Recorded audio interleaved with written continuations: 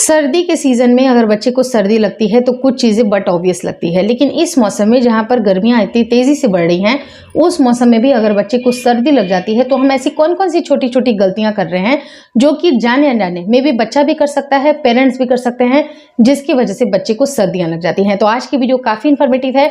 आज की इस वीडियो में मैं आपको कुछ टेक्निक बताने वाली हूँ कि सर्दी कैसे आप बच्चे को दूर रख सकते हैं, उसको जुकाम, नज़ला, खांसी इस तरह की चीज़ें ना हो।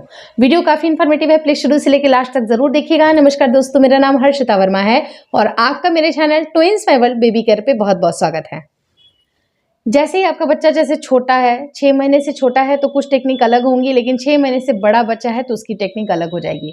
कुछ बच्चे जो दौड़ने वाले, भागने वाले होते हैं, उनके लिए भी टेक्निक अलग होती है, तो कुछ चीज़ों को ध्यान में रखना ज़रूरी है। पहली चीज़, अगर आपका बच्चा 6 महीने से छोटा है तो कोशिश करें कि बच्चे को अच्छी तरह से कवर तब करें जब अगर आप बच्चे को डायरेक्ट एसी की हवा लगा रहे हैं या फिर कूलर की हवा लगा रहे हैं तो बच्चे की बॉडी अच्छी तरह से कवर होनी चाहिए। चाहे गर्मी बहुत ज़्यादा भी पड़ रही हो, लेकिन अगर आप बहुत ज़्यादा ठंडक अगर दे रहे हैं, बच्चे की रूम की टेम्परेचर बहुत ही कम है, उस टाइम पे कोशिश आप ये करें कि बच्चे की बॉडी पूरी तरह से कवर हो। स्पेशली उसके जो तलवे होते हैं, उसकी जो हथेलियाँ होती हैं वो कवर होनी चाहिए। दूसरी चीज़ है कि एसी और कूलर की डायरेक्ट हवा बच्चे को नहीं लगनी चाहिए। उससे भी नाक में, गले में कंजेशन बच्चे को आसानी से हो जाती है, जिसका केयर करना आपकी जिम्मेदारी है। तीसरी चीज़ है, आपको ज़्यादा से ज़्यादा ब्रेस्ट फीडिंग करानी है ताकि बच्चे को इम्यूनिटी उसकी बढ़ी रहे और जितनी भी छोटी-मोटी नज़ला, खाँसी है, उससे लड़ने के लिए उसकी बॉडी प्रिपेयर हो सके। चौथी चीज़ है कि जब भी अगर आप बच्चे को ब्रेस्ट फीडिंग करा रहे हैं, अगर कंजेशन होगा तो लगातार बार-बार बच्चा वॉमिटिंग भी कर सकता है। तो जब वॉमिटिंग करेगा, बार-बार वो स्पिट आउट कर देगा, उसको आपको लगेगा कि बार-बार फटाफटा दूध निकाल रहा है, तो आप ये देखिए ना कि उसकी बॉडी में कंजेशन हो रहा है, उसकी चेस्ट में कंजेशन हो रहा है। तो आप ये कंजेशन हटाने के लिए जो उपाय कर सकते हैं वो करिए। गर्म तेल का इस्तेमाल करिए, जो गर्म तेल होता है वो भी काफ़ी अच्छा होता है। जैसे कि मस्टर्ड ऑयल में आप मेथी को डाल सकते हैं, अजवाइन को डाल सकते हैं, लहसुन की कुछ कलियां डाल सकते हैं, लेकिन ये काफ़ी गर्म हो जाती है। इसका 3 से 4 बार प्रयोग आप विंटर के सीजन में कर सकते हैं, लेकिन गर्मियों में अगर आप इसका इस्तेमाल करिएगा तो बच्चे की बॉडी में रैशेज वगैरह होने के भी चांसेस देखे जाते हैं। तो आप इसकी हल्की-फुल्की सिर्फ 1 से 2 बूंद, 3 बूंद ही बस चेस्ट के ऊपर आपको अच्छी तरह से अप्लाई करना है, या फिर अजवाइन की पोटली बना करके, जो अजवाइन की पोटली यानी कि अजवाइन, लौंग और इसको मेथी दाने को अगर आपने पोटली बना करके हल्की-हल्की जैसे गर्म तवे पे सेंक लगा करके बच्चे के सीने को सेकते हैं तो कंजेशन जल्दी से जल्दी निकल जाती है।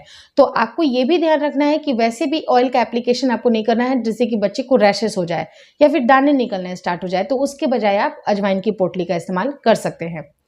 रही बात कि ये सारी चीज़ें आपके साथ हो रही हैं, लेकिन उसके अलावा 0 टू 6 मंथ के बच्चे के बड़े होने के बाद उसको भी ये सारी टेक्निक इस्तेमाल होंगी, लेकिन कुछ चीज़ें जैसे कि अगर आप सॉलिड फूड बच्चे को दे रही हैं तो सॉलिड फूड में भी आप पानी को बहुत ही लगातार मात्रा में बच्चे को पिलाती हैं। तो कभी भी भूल कर भी ठंडा पानी, चाहे वो मटके का ही पानी क्यों ना हो, बच्चे को मत पिलाइएगा। मटके का पानी बच्चे के लिए हानिकारक हो सकता है। देखिए, पूरी तरह से हानिकारक नहीं हो सकता है, लेकिन उसकी तासीर तो ठंडी है। तो ठंडी चीज़ें जब बच्चा लेता है तो वो सही नहीं है। पानी पिलाइए, बार-बार सिपर में पानी डालिए, वो पी लेगा। या फिर कुछ ऐसे फूड आइटम जैसे कि आपको लगेगा कि ठंडी-ठंडी तरबूज खिला देती हूँ, ठंडी-ठंडी कोई केले वगैरह खिला देती हूँ, तो ठंडा मत खिलाइए उसको।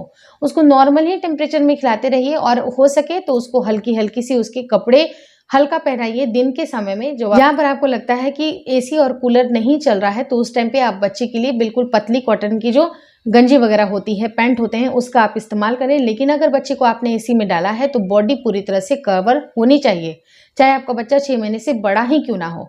लेकिन अगर आपका बच्चा स्कूल गोइंग है, उस टाइम पे भी बच्चे को कंजेशन हो सकती है। तो कंजेशन का एक बहुत बड़ा मुख्य कारण होता है कि जब भी बच्चा हीट से आता है और बिल्कुल कूल डाउन हो जाता है, या फिर सडन धूप में अगर वो पानी पी रहा है, धूप से आते ही ठंडा-ठंडा पानी पी ले रहा है या जूसेस पी ले रहा है बाहर का, तो उससे भी बच्चे के गले में खराश हो जाती है, उसको दिक्कतें होती हैं, खांसी भी होती है।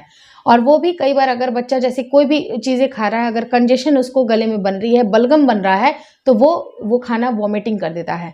तो इसलिए कोशिश ये करनी है कि बच्चे के गले में कंजेशन ना हो। तो बच्चे को थोड़ा-सा नॉर्मल होने का इंतज़ार करना है कि 5 से 10 मिनट आपका जब बच्चा स्कूल से घर आता है तो उसको 10 मिनट एज़ इट इज़ छोड़ें, तब जाके आप बच्चे को पानी दीजिए। लेकिन कभी भी आपको फ्रिज का पानी बिल्कुल भी नहीं देना है।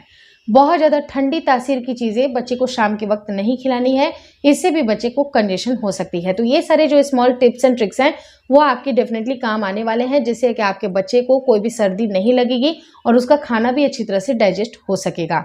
होपफुली इस वीडियो में दी गई जानकारी अच्छी लगी। अगर अच्छी लगी तो प्लीज़ लाइक कर दीजिएगा। चैनल पर नए हैं तो चैनल को ज़रूर शेयर और सब्सक्राइब करें। मुझे इंस्टाग्राम पे और फेसबुक का जो मेरा पेज है उसको लाइक और शेयर करना बिल्कुल ना भूलें। Thank you so much for watching twins my world baby care.